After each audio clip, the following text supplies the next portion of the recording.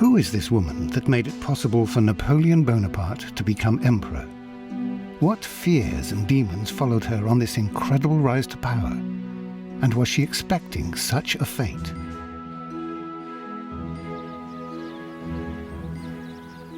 The future empress was born in an unexpected place here in the Caribbean, on her parents' sugarcane plantation on the island of Martinique. In 1763, she was not called Josephine, but Marie-Joseph Rose de Tache de la Pagerie. Her parents called her Rose, but her nannies nicknamed her Yeyette. Monsieur and Madame de la Pagerie are the owners of one of the most beautiful plantations on the island, a plantation including several hundred slaves who either work in the fields, crush the sugarcane, or carry out household chores. Honestly, we know very little about her childhood and the first few years of her life, when she was this happy, free-spirited little aristocrat from a family of a respected lineage. What we do know is that almost every day she would go swimming at this running stream at a place called Crosserie on her parents' plantation. It eventually gave her this exquisite body language, which she would keep for the rest of her life. This very attractive physique and way of moving that other girls in France didn't have at the time. The plantation milieu of that century was so insular. It was a little community all of its own, a world of its own. And in that world, Josephine's family were like the royal family. She had 3 nurses, indeed, all of whom, did everything for her, kind of made her food and dressed her and cosseted her and babied her and fussed over her and made her feel the most beautiful love thing in the world, really. Only 3 years old, Josephine suddenly sees her perfect life shatter. In 1766, there was a terrible hurricane, much like the recent tsunamis. No one had ever witnessed such a destructive thing before, and it absolutely devastated the island and her parents' plantation. It's so difficult for us now, with all our weather facilities and so on, to imagine what it would be like to live in an age where there's virtually no warning for these things. A hurricane hit and people were unprepared, they had no idea it was going to happen. So the family was basically caught completely on the hop, and Josephine was taken by her nurse along with her parents to shelter in the sturdiest building on the plantation, which was where the sugar production took place. And they hid there because it was sturdy and made of stone for 2 days while this terrible, terrible storm decimated Martinique.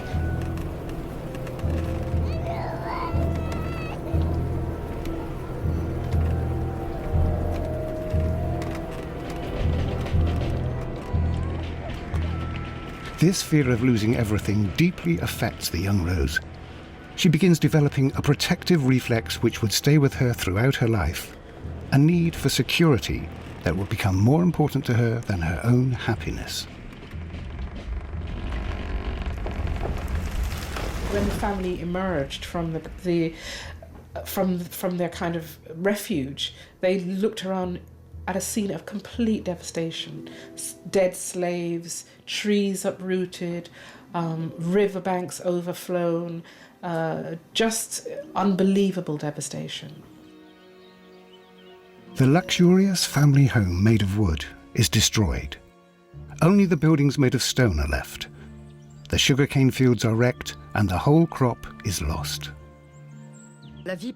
Of course, the well-organized aristocratic life changed. They moved their living quarters inside the only thing that was left, the plantation's old sugar production building, where they regrouped and learned to survive. To lose an entire crop could bankrupt and did bankrupt many, many, many plantations. So Josephine's family were very seriously hit. And in fact, it took them many, many years to recover financially from what that hurricane did to them. Deeply attached to the island and to the plantation that she inherited from her parents, Rose's mother spares no effort to relaunch the sugar crop, despite the recent deaths of slaves and diseases which infected the plants. What's left of her parents' fortune is poured into the rehabilitation of the estate. Madame de la Pagerie was an active woman who, with her kids, would manage the plantation in her husband's absence. I think Rose's mother was an incredibly strong woman, an incredibly solid woman, a woman who would in the end run the plantation and run it better than her husband ever could. As Rose's handsome and womanizing father is often absent, Madame de la Pagerie shows her daughters how a woman must be courageous and tenacious. She also sparks in Rose a desire for another life, a life where a woman is not victim to her husband's misbehaviours and resigned to just handling chores. Most planters treated their slaves harshly, violently. In fact, violence was intrinsic to managing a plantation. That was the only way that slaves could be forced to carry out the kind of backbreaking and terrible work that sugar plantation involves.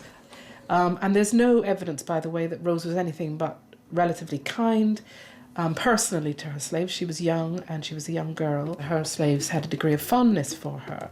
But certainly you have to be able to close your eyes to a lot of violence and abuse. You'd have to be able to look the other way. It takes several years and great effort for the production to get back to normal. The sugar export resumes its course to Europe by boat, and a semblance of normal life slowly returns. During the week, everyone was working on the plantation. The girls were living their lives, and on Sundays, parties were thrown. Black people, called Negroes, which wasn't derogatory at the time, would celebrate by having bamboulas. The slaves ate and sang over drums. They danced in their best outfits.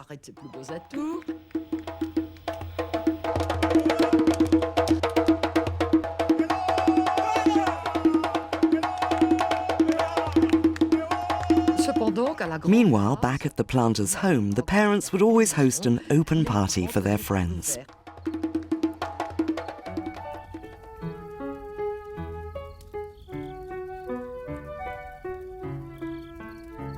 Anybody who's lived on a plantation is aware about how intimate the relationship is between the family who owns the plantation and those who work it. It's actually a world which is quite enclosed, and so people tend to be very, very fascinated by each other.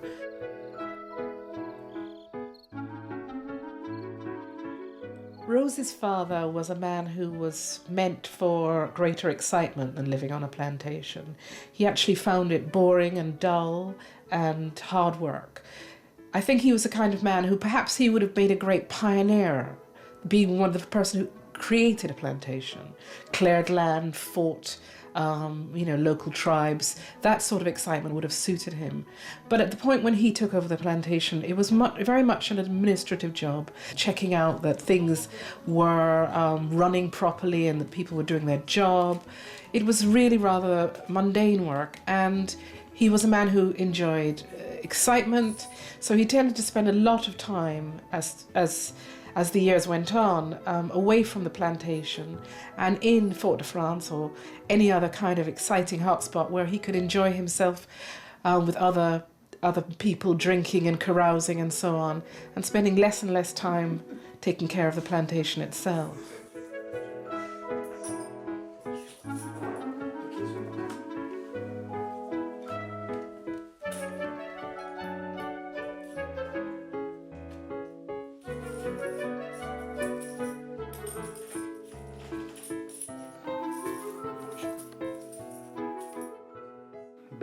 He was a handsome man and a spendthrift who was rarely at home. He would be found hanging around at Saint-Pierre rather than Fort Royal, and indeed had a number of mistresses. He even had a daughter with one of the black slaves, and this specific lineage still exists today.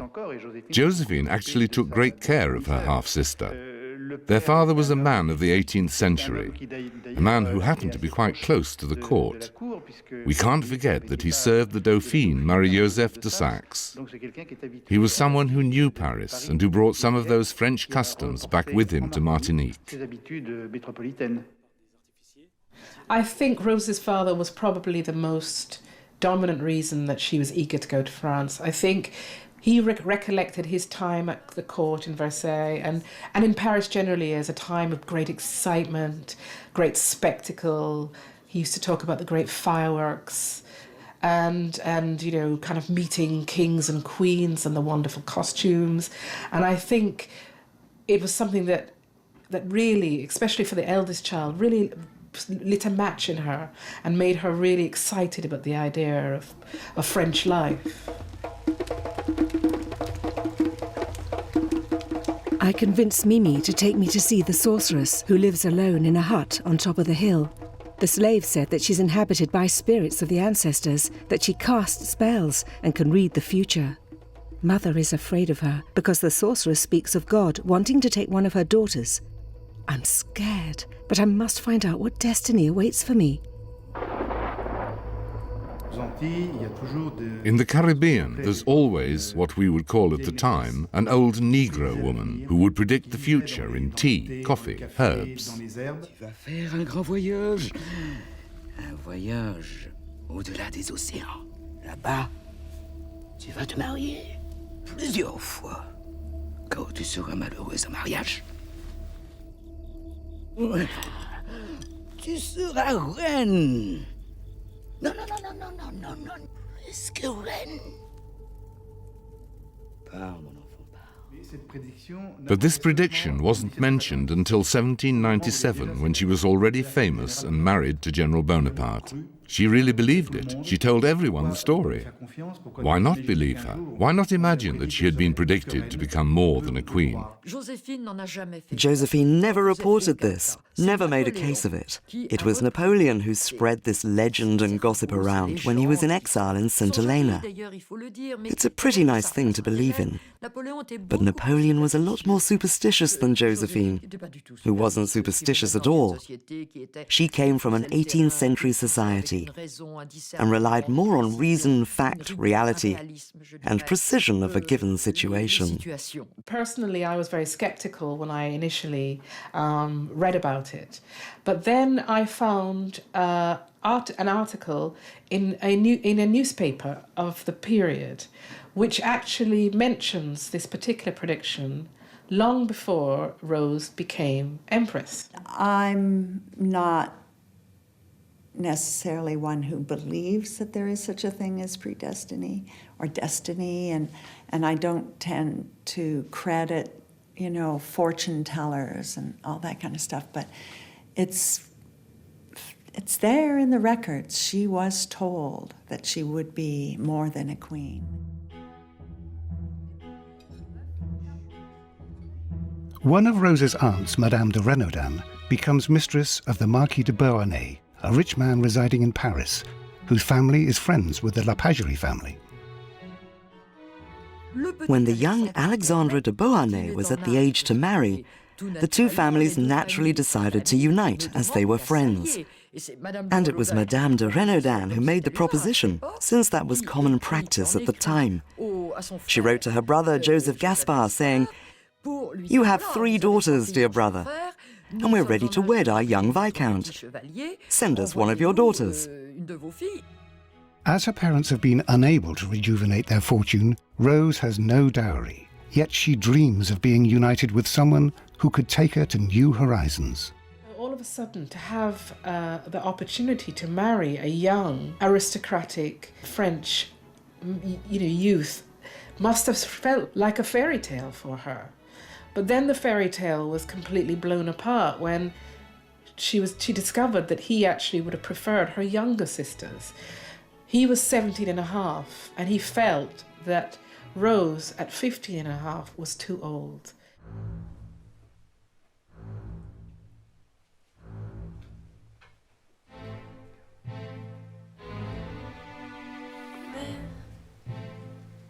For 3 days, my sister Catherine Désirée has been bedridden with a strong fever. What is destiny playing at? She was just chosen to marry the handsome Viscount de Beauharnais. We sent for a doctor from Fort Royal to come here. No potion, no remedy has been able to relieve my dear sister's suffering. Catherine, I don't want to return to study at the Sisters of Providence without you. We are all terrified of losing you. Manette wondered, if you leave us, who is going to France to marry the Viscount?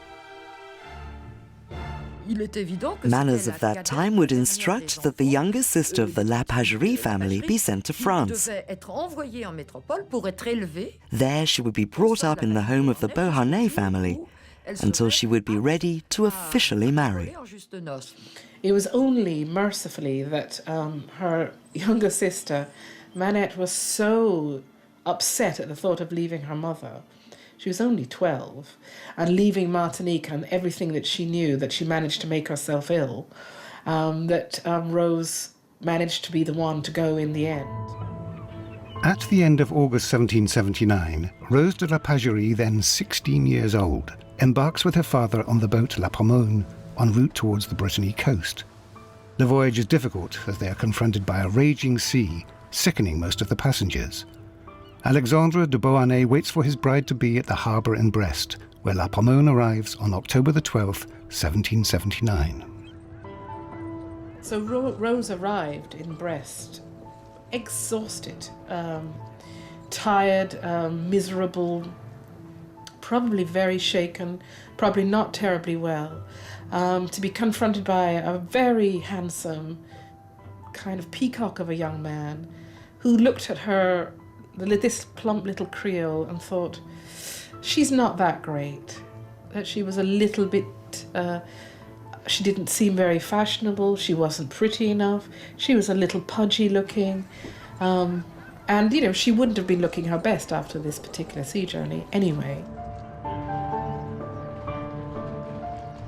After several days' rest, Rose and her father finally take to the road. Alexandre writes to his father, the Marquis. Mademoiselle de la Pagerie might not appear as pretty as you had imagined, but I can assure you that the honesty and sweetness of her character will surpass anything that you've heard about her.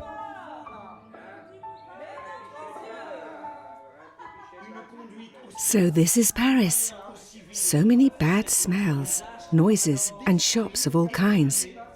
And so many whites out in the streets. Only most of them speak a tongue I can't understand. A popular dialect that was born in the street markets, my father tells me.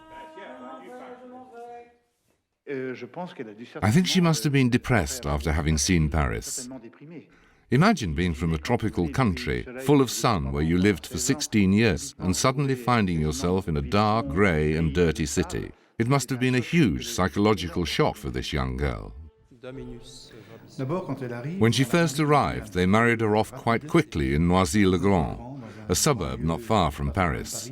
A hasty yet strange marriage to make a point about the difference between the two families, the penniless Taché family and the very wealthy Beauharnais family. She begins getting acquainted with her new husband, who was not that much older than her, only 3 years older. A man of fashion and the most handsome dancer in Paris, who couldn't care less about marrying a 16-year-old. She was captivated by this ravishing and attractive man, who was always coming and going, and who was open with his own emotions and thoughts. He took it upon himself to be Rose's teacher, which is not very good in marriage because he was a rather clumsy teacher. He had got married because it was a good financial deal and it allowed him access to money, part of his inheritance. But actually the rather tediousness of being married, especially to a young girl who, unlike the women he was used to, wasn't sophisticated, wasn't amusing, wasn't educated, just didn't work for him. I think he found her embarrassing in social circles. He resented the fact that she wanted all his attention and that she'd fallen so madly in love with him that she was jealous of every time he looked at another woman. And so I think quite quickly it became clear that he wanted out. He got into one of the regiments under his protector and friend, the Duke of La Rochefoucauld. He loved nothing more than to travel the land, dance all night, and ride off on a horse at dawn. which was the big thing to do for young aristocrats at the time. He also loved women and had a lot of success.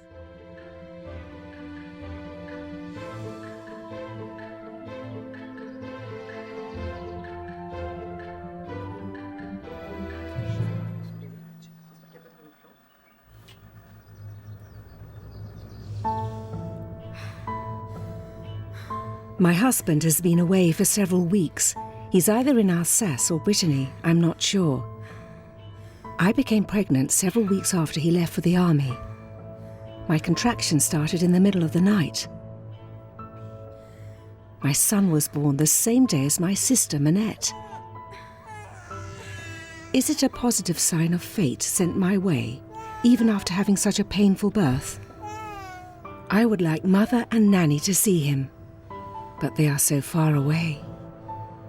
Despite the birth of his son Eugène, Alexandre takes off again. Rose only sees her husband sporadically. She becomes pregnant again when she learns that he's heading to Martinique in the company of his mistress, Lord de Longpré. She is a jealous woman who successfully puts down Rose in the eyes of Alexandre, a man so easy to manipulate.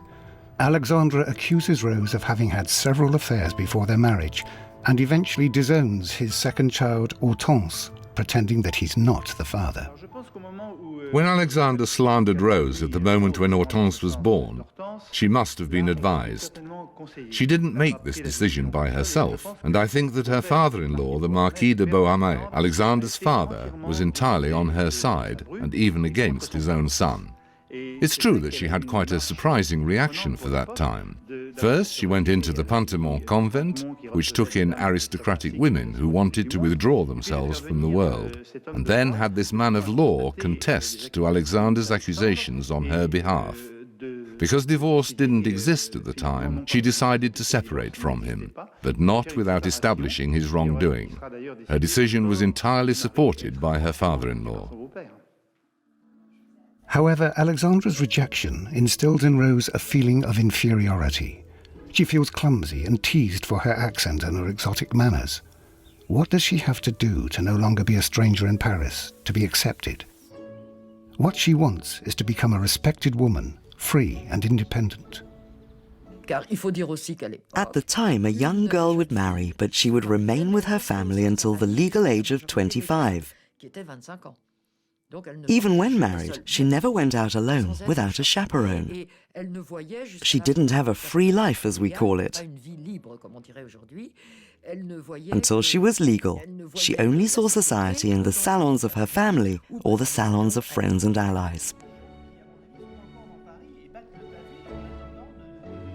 Aside from the mundane education she received at the Plantation convent to become a proper socialite, she manages to build a strong network of aristocrats and bankers whom she will call upon for the rest of her life. Years pass. Alexandre is late in paying alimony he owes to his wife. As a result, Rose embarks for Martinique in July 1788, hoping to receive some financial help from her family. It is also an opportunity to see her parents and present her daughter, Hortense. Soon, echoes of the revolution reach Martinique. Rose quickly leaves by boat and returns to France before the uprising spreads over the island in 1790. She leaves just 2 months before her father's death.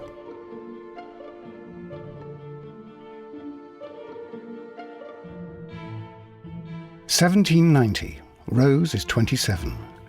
She arrives in a Paris plunged in turmoil. She learns that her husband, an idealist, has rallied the revolution. He's been elected in the Constituent Assembly in charge of forming a new regime to strip the king of his absolute power. Alexandre de Beauharnais' name begins to appear in numerous documents. Sandra Guland takes a visit to the Paris Historical Library to consult newspapers and official letters from the time in order to understand how this troubled period affected the lives of Rose and Alexandre. With pride and also a little worry, my father-in-law announced today that his son is the most important man in the country. Yesterday in Varennes, they stopped King Louis XVI and his family, who were trying to flee the country. They brought them back to Paris and imprisoned them. Since Alexandre was elected president of the Constituent Assembly, he's in charge of expediting current affairs. Your husband is a revolutionary, my father-in-law constantly says, stressing the word. Where will his talent for public speaking and his liberal ideas bring him? Basking in this revolutionary prestige, Alexandre leads the Rhine army to the battlefields of eastern France and Germany in the spring of 1792. Meanwhile in Paris, the situation begins to rock. August the 10th, the Parisian squads storm the Tuileries chateau and bring down the monarchy. But the rebellion still wants more. The church's possessions are seized and hundreds of religious people are massacred in the Parisian convents, which are then transformed into prisons. Because of the royalist counter-revolution in Western France, all aristocrats are deemed suspects. Louis XVI and his wife Marie Antoinette are accused of treason and sentenced to death by the guillotine.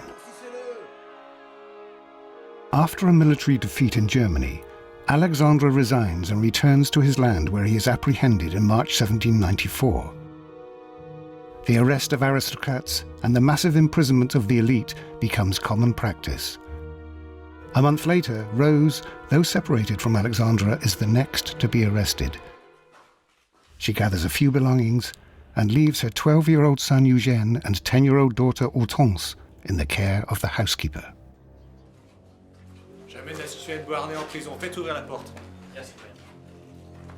She is brought to the same prison as her husband, the Carmes convent.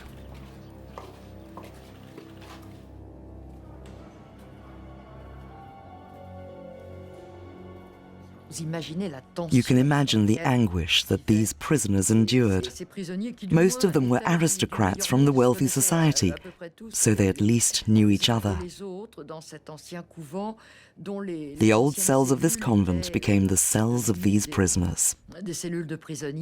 People talked a lot about how filthy the prisons were and that the women had to lift their petticoats off the ground, not have them soiled in the sort of filthy kind of water and sewage that passed along the passageways. The conditions of food and so on were horrible. But more than that, that ever-present, constant nagging fear that you would be the one to be put in a tumbrel and then taken to the guillotine must have been psychologically so traumatic for all of the people.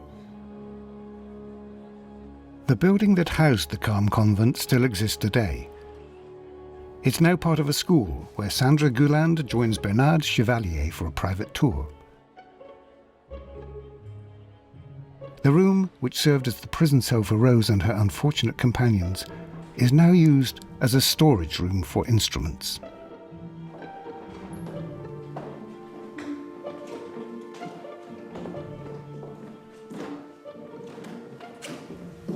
So this was Josephine's cell that she shared with 15 other women? Absolutely. This is the cell where Josephine was imprisoned with all these women for more than 3 months, exactly 108 days. And it must have been very crowded in here.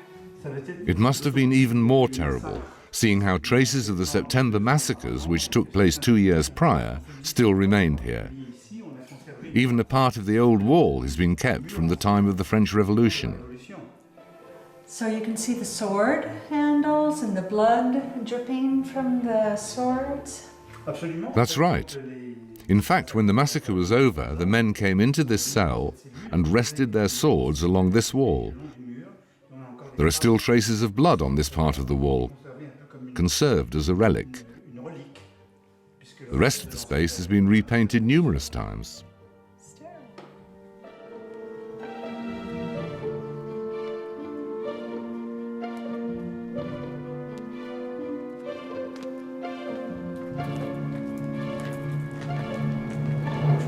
Would be her window? Yes, I think that's Josephine's window. You have to know that the convent was transformed into a prison and that there were cells absolutely everywhere. But this one here is just above these famous steps where the September massacres occurred.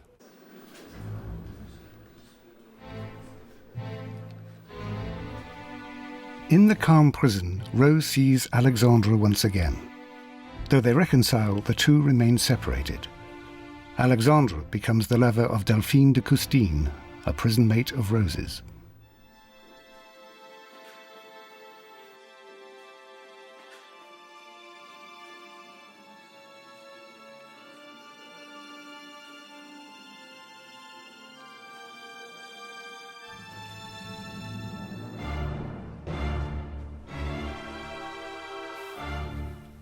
As for Rose, she has an affair with Lazare Hoche, a young general and hero of the Revolution who receives special treatment despite being wrongly accused of treason. Though Hoche is 5 years younger than Rose, it doesn't stop him from becoming her lover.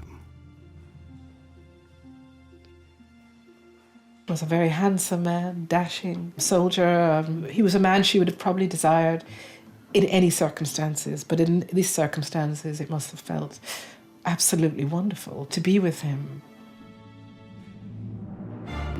Death is there, and love as well. And love before death acquires an extraordinary force. We're in the middle of the Reign of Terror. Every day, around 5 o'clock in the afternoon, the fateful roll call takes place. Those who are called upon know that they're going to be taken in front of the Revolutionary Tribunal, spend their last night in a special prison, and then be brought to the guillotine. It was in this church, Saint-Joseph of Carmes, now the chapel of the Paris Catholic Institute, where the prisoners were gathered and condemned.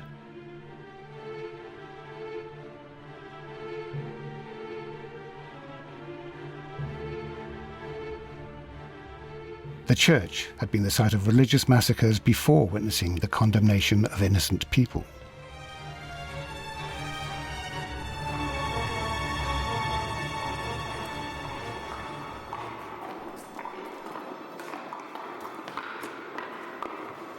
Citoyens, citoyennes, par jugement rendu par le tribunal révolutionnaire, les ci-devant Alexandre Beauharnais, ex-noble, Salm Cribourg, ex-noble, la citoyenne Fanchon, femme de la Halle, la citoyenne Marie-Louise, blanchisseuse, sont convaincus de s'être rendus les ennemis du peuple en conspirant contre la liberté et sa sûreté, provoquant la révolte des prisons, l'assassinat... I am the victim of dirty slander by several aristocrats, false patriots of this house.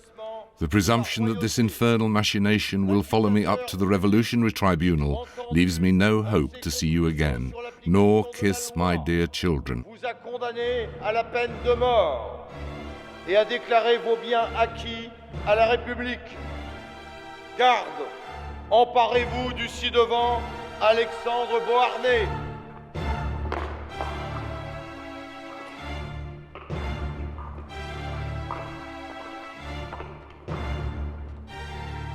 Garde, emparez-vous du ci-devant Salm Cribourg. Et au Carmes, In Carmes, people are from good society.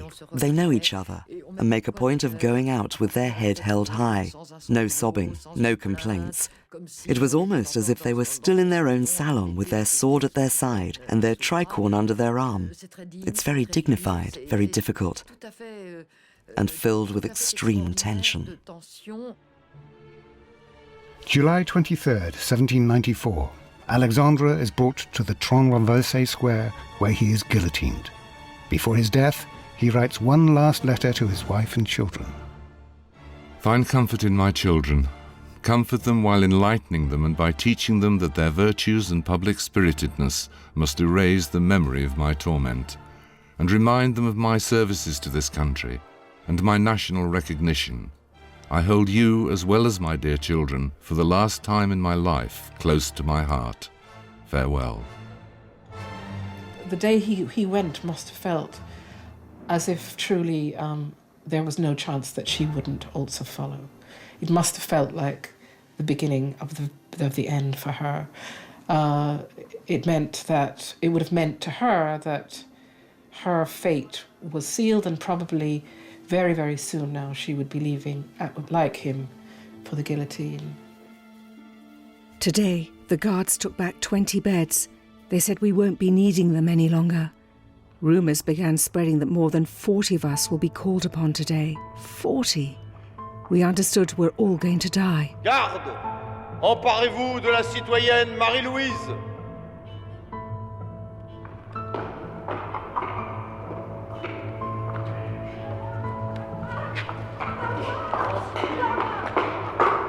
Garde! Emparez-vous de la ci-devant Rose Beauharnais, ex-noble!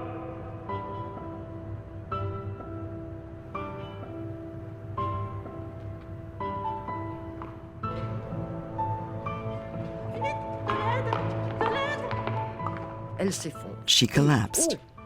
And then comes a twist. A young Polish doctor in training who was going around all the prisons and who saved a great number of people declared that she was in such a poor state of health she wouldn't have long to live. Que se passe-t-il, citoyen? Citoyen commissaire, on passera pas la nuit. Bon, laissez-la, nous la reprendrons plus tard. So they laid her out on the prison floor, thinking she was going to die in the next few days. But 2 days later, the revolutionary radical Maximilien Robespierre was overthrown. And after all the administrative formalities, Josephine was released from the Carmes prison on August the 6th. However, she would be forever scarred by those days. Her time there might probably be the reason why she was no longer able to have any more children. Her treatment in prison must have broken her menstrual cycle. A traumatic event of that stature and being repeatedly traumatized must have caused a very intimate and permanent deterioration in her body. This constant fear of death that she had to face for 3 months put a lot of things into perspective. We see life in a different way when death is knocking at our door. It was a key moment in her life. She went into the deep end of despair and lost all hope. For the rest of her life, she would never stop at trying to make up for those 3 horrific months she spent living in that anteroom of death.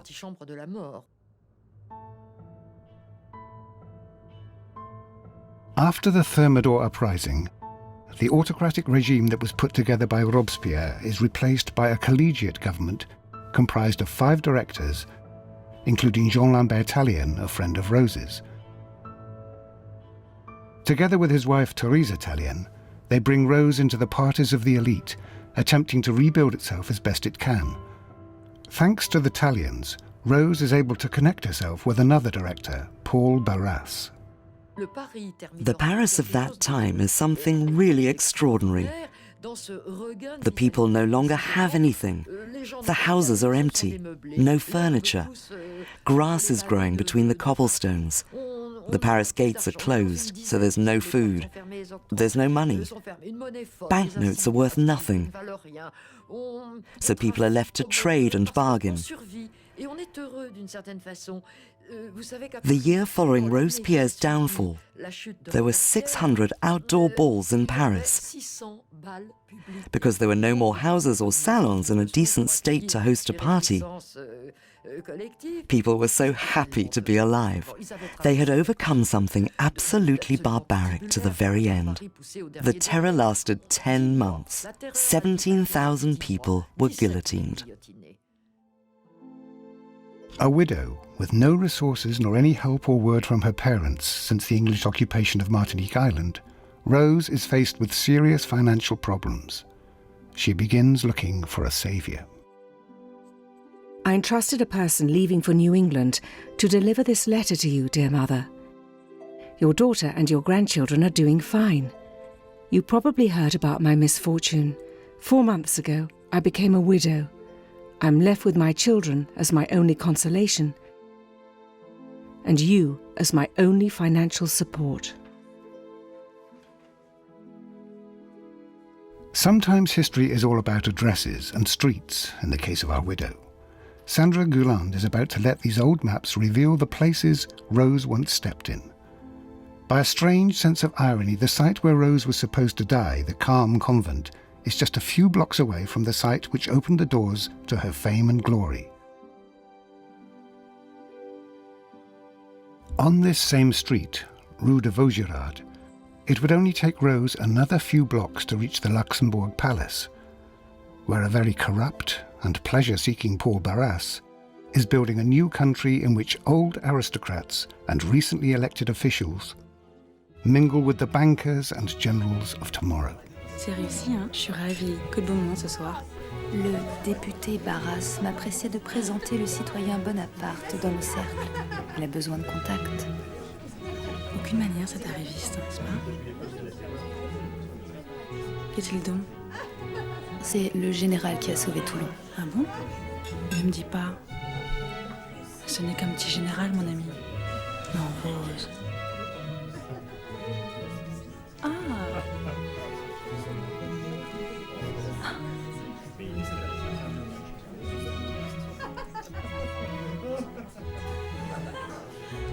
Alors, il te plaît? Ne me dis pas que c'est ton œuvre. Oui, il ferait un beau couple.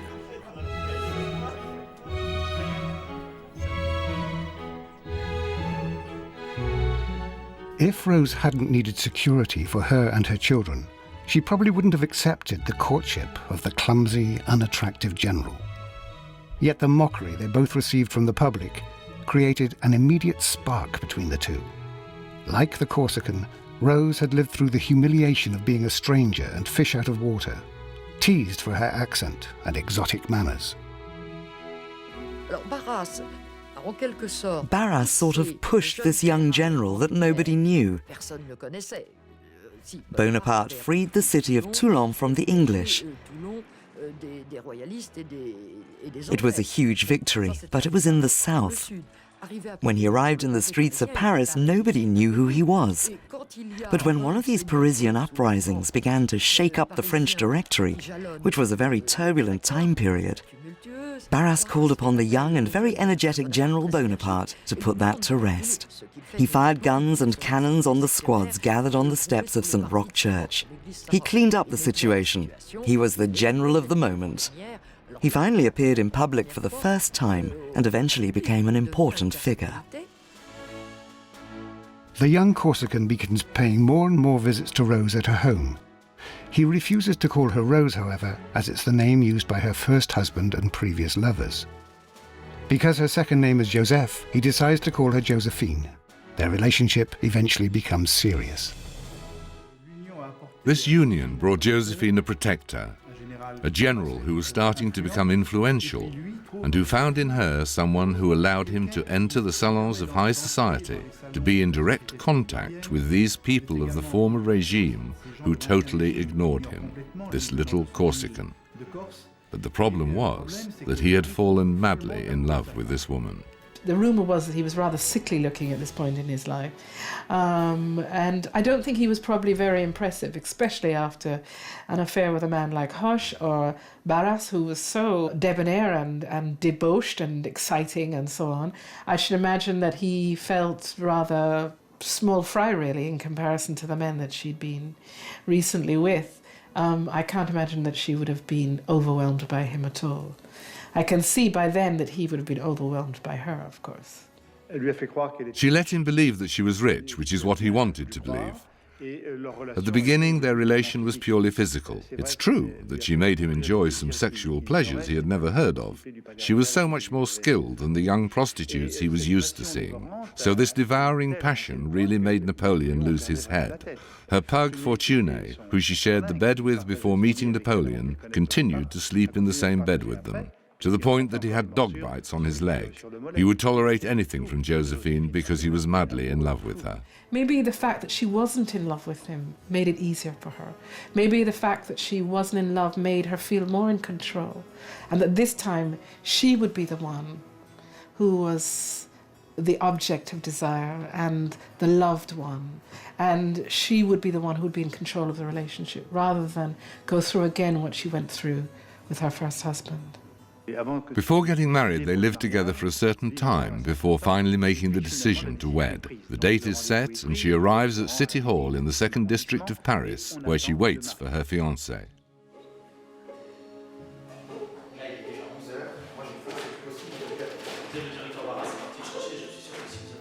The wedding was prepared in haste. On the marriage certificate, their ages are incorrect. Josephine made herself younger by 4 years, arguing she could not obtain a birth certificate from Martinique as it was occupied by the English at the time. As for Napoleon, he made himself older by using his older brothers in order to appear the same age as his soon-to-be wife. Napoleon makes people wait for him for a long time. He finally arrives in the middle of the night, wakes everybody up, signs the contract, and voila, Josephine's married without really realizing it. It's a civil wedding, so it's not very binding. It can easily be broken off, but for her, she saw it as a partnership with a protector. Her husband-to-be was so engaged in the campaign that he was preparing that he was absolutely late, to the point where everyone thought perhaps he wasn't coming. So it was all a disaster. Why did he show up late? Why was everybody waiting for him? What's certain is they were waiting because the wedding had to happen. An unconstrained, somewhat penniless woman with this young, unknown and scrawny general.